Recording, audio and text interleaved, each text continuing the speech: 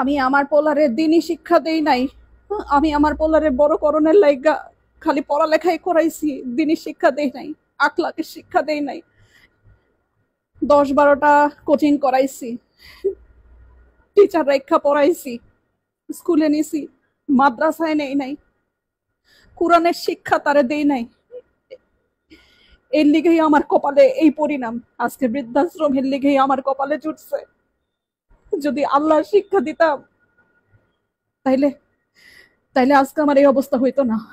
জীবনে কোনোদিন দেখছেন কোন আলেম গো বাপমা বৃদ্ধাশ্রমে গেছে? যায় নাই। কোন আলেমের বাপমা বৃদ্ধাশ্রমে যায় না। যায় আমগো মতো যারা বাপমা স্বশিক্ষায় শিক্ষিত কইরা উচ্চতর ডিগ্রি দেই, তাগো পোলাপানরাই এক সময় বড় হইয়া চক্ষু ফুইটা যায়। আর তাগো পোলাপানরাই বাপমারে পাঠায় বৃদ্ধাশ্রমে। আর নাইলে সুদূরে গিয়া বইসা থাকে, বাপমার খেয়াল রাখে না, খালি নিজেরটা বুঝে। এটা একটা মায়ের আর্তনাদ, একটা মায়ের কথা। আপনারা এই ভুল করেন না যে ভুল আমি করছি।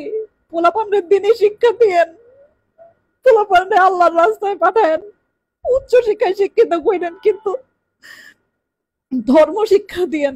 ধর্ম শিক্ষা না দিলে পোলাপান কোনোদিন বাপ মার মর্যাদা বুঝে না, কোনোদিনও বুঝে না। মনে রাখেন।